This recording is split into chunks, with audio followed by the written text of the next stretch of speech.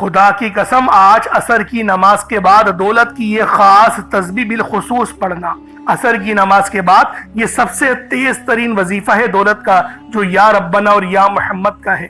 صرف ایک بار اس وظیفے کو تو پڑھو، اس کے بعد تم مجھے دعائیں دو گے کہ واقعی کسی اللہ والے نے کوئی وظیفہ بتایا تھا۔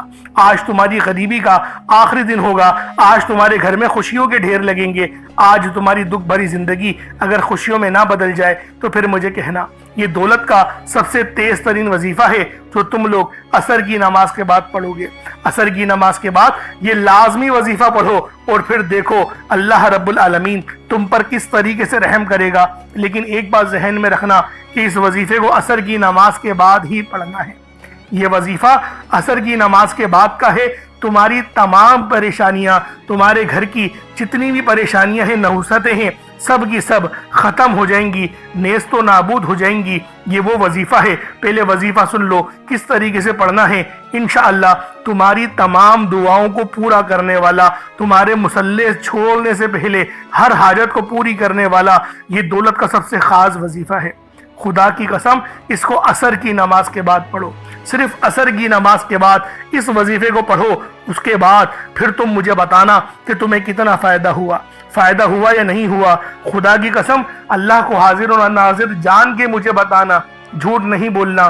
یقین سے کہتا ہوں تمہیں ضرور فائدہ ہوگا۔ ایسا ہو ہی نہیں سکتا کہ رب کا کلام پڑھو اور تمہیں فائدہ نہ ہو۔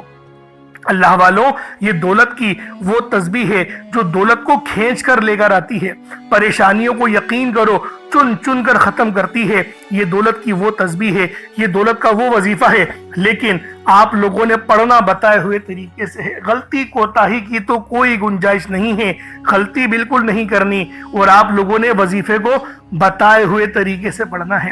بعض لوگ چند غلطیاں کر جاتے ہیں جن کی وجہ سے ان کا وظیفہ جو ہے وہ مکمل نہیں ہوتا۔ اس لیے دولت کا یہ ایسا وظیفہ جو ہوتا ہے نا، اس کو بہت خاص طریقے سے پڑھا جاتا ہے، بہت خاص ترتیب کے ساتھ اور احتیاط کے ساتھ پڑھا جاتا ہے۔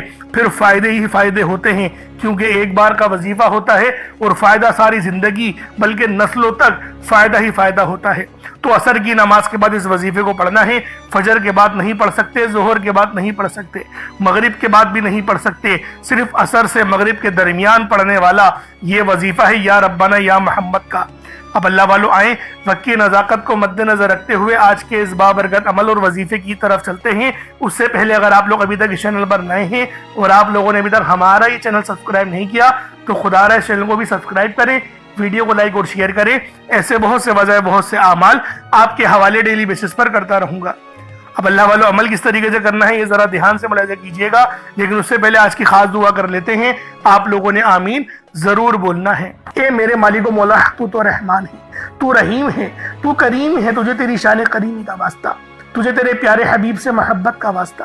ہم سب کی بے بسی کو دور کر دے، ہم سب کی پریشانیوں کو دور کر دے، ہم سب کے رزق کو وسیع و عریض کر دے، ہمارے معاملات کو بہتر نہیں بہترین کر دے، ہم سب پر اپنی رحمت کی نظر فرما۔ آج جو کوئی بے روزگار ہے، جو جہاں سے بھی اس ویڈیو میں جڑا ہوا ہے، دعا کر رہا ہے، اگر وہ بے روزگار ہے تو اس کو خوشادہ روزگار عطا فرما، حلال ذرائع عطا فرما، بہترین روزگار عطا فرما۔ اگر کوئی بیمار ہے تو میرے مولا اس کو شفا کلی عطا فرما۔ اس کے گھر میں اگر کوئی بیمار ہے تو ان سب کو شفا عطا فرما، تندرستی عطا فرما، سب پر اپنی خصوصی نظر کرم فرما۔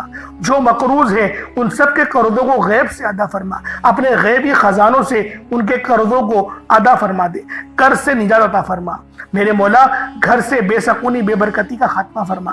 آج مجھ سمیت ہم سب کی تمام نیک اور جائز حاجات کو اپنی غیبی خزانوں سے پورا فرما۔ جو مانگا مقدر فرما، جو نہیں مانگ سکے بن مانگے عطا فرما۔ بالخصوص میری وہ بہنیں جو ابھی تک رشتوں کے انتظار میں بیٹھی ہوئی ہیں، بہترین رشتوں کے اسباب پیدا فرما، ایسے اسباب پیدا فرما کہ میرے مولا ان سب کے رشتے بہترین ہو جائیں، اپنی خوشحال زندگی گزاریں، اپنی ازدواجی زندگی کو خوبصورت بنا لیں۔